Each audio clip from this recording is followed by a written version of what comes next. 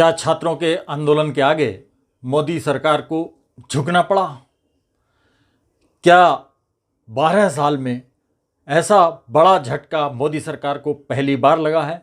और क्या इस पूरे विवाद के पीछे नीट परीक्षा, पेपर लीक और छात्रों का विरोध सबसे बड़ी वजह है?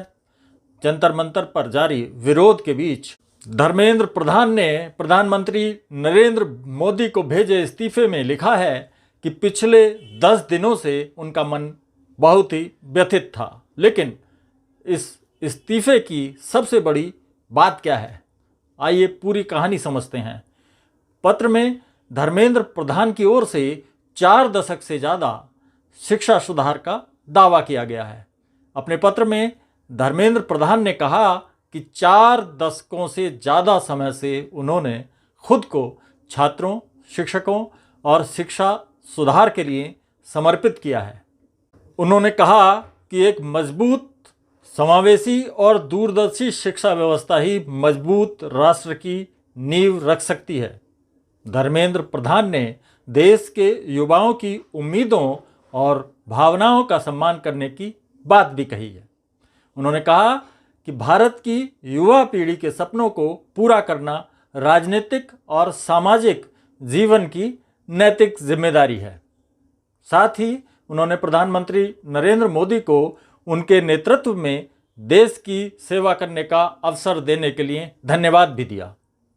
इस्तीफे में उनका दर्द साफ छलका। उन्होंने कहा कि परीक्षा का पेपर लीक होने के बाद सरकार ने नए सिरे से परीक्षा आयोजित कराई, लेकिन उनका ये भी आरोप है कि जिम्मेदार पदों पर बैठे कुछ लोगों ने छात्रों को गुमराह किया और इस पूरी प्रक्रिया में कई तरह की बाधाएं खड़ी की। ये निशाना उनका विपक्ष पर था। बीजेपी की सरकार में आंदोलन तो खूब हुए। दिल्ली की सीमाओं पर 13 महीने तक किसान आंदोलन चला, लेकिन सीजेपी के आंदोलन के बीच शिक्षा मंत्री का इस्तीफा 12 साल बाद सबसे बड़ा राजनीतिक घटनाक्रम माना जा रहा है। कई लोग इसे मोदी सरकार की उल्टी गिनती शुरू होना भी बता रहे हैं। दावा ये भी किया जा रहा है कि 2014 से 2026 तक लगातार 12 वर्षों तक मोदी सरकार में अलग अलग महत्वपूर्ण मंत्रालयों की जिम्मेदारी संभालने के बाद प्रधान का इस्तीफा बहुत बड़ी बात है। अपने राजनीतिक सफर में उन्होंने पेट्रोलियम, इस्पात, कौशल विकास और शिक्षा जैसे अहम मंत्रालयों की जिम्मेदारी संभाली। अब सवाल ये है कि क्या ये इस्तीफा वास्तव में छात्रों के दबाव का नतीजा है? So I'm very happy for many reasons, but the main reason is that I believe today, the 25th of July 2026, is the day that the people of our country have started claiming their country back from those who have tried to destroy the Constitution, from those who have tried everything to oppress and suppress the voice of our people. I believe that this is a victory for the youth of India. I am so proud of each one of them.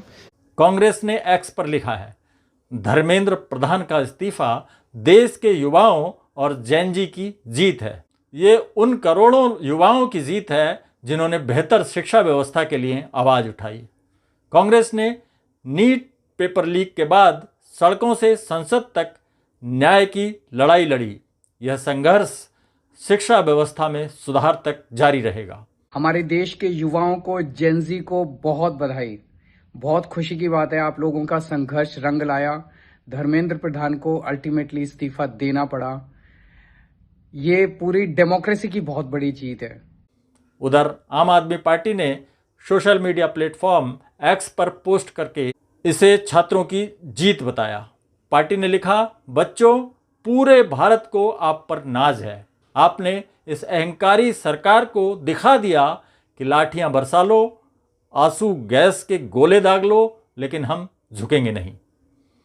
आम आदमी party ने आगे लिखा कि अब देश प्रधानमंत्री के फ्रेंड्स वाले जुमले में नहीं आएगा और कहा कि यह जैन जी है। देश के बच्चों ने, देश के छात्रों ने धर्मेंद्र प्रधान जी से इस्तीफा ले लिया है।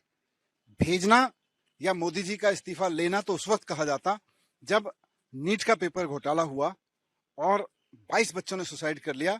उसी वक्त मोदी जी एक जिम्मेदार प्रधानमंत्री होने के नाते अपने शिक्षा मंत्री से इस्तीफा लेते, या धर्मेंद्र प्रधान जी इस्तीफा देते या भेजते। आज तो देश के बच्चों ने, देश की जेनजी ने प्रधानमंत्री को, अहंकारी प्रधानमंत्री को मजबूर किया है कि वो अपने भ्रष्टाचारी शिक्षा मंत्री को उसके पद से हटाएं, उससे इस्तीफा लें। लेकिन बड़ा सवाल अभी भी बाकी है, क्या धर्मेंद्र प्रधान का इस्तीफा वास्तव में छात्रों के आंदोलन के दबाव में हुआ? क्या सरकार ने छात्रों की मांगों के आगे कदम पीछे खींच लिए हैं?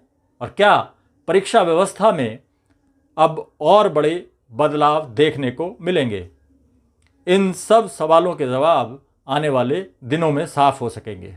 फिलहाल धर्मेंद्र प्रधान के इस्तीफे की खबर ने शिक्षा व्यवस्था से लेकर देश की राजनीति तक एक नई बहस छेड़ दी है। आप इस पूरे घटनाक्रम को कैसे देखते हैं? कमेंट में अपनी राय ज़रूर बताइए। वीडियो अच्छा लगा हो तो इसे लाइक करें, शेयर करें और साथ ही चैनल को सब्सक्राइब करना ना भूलें।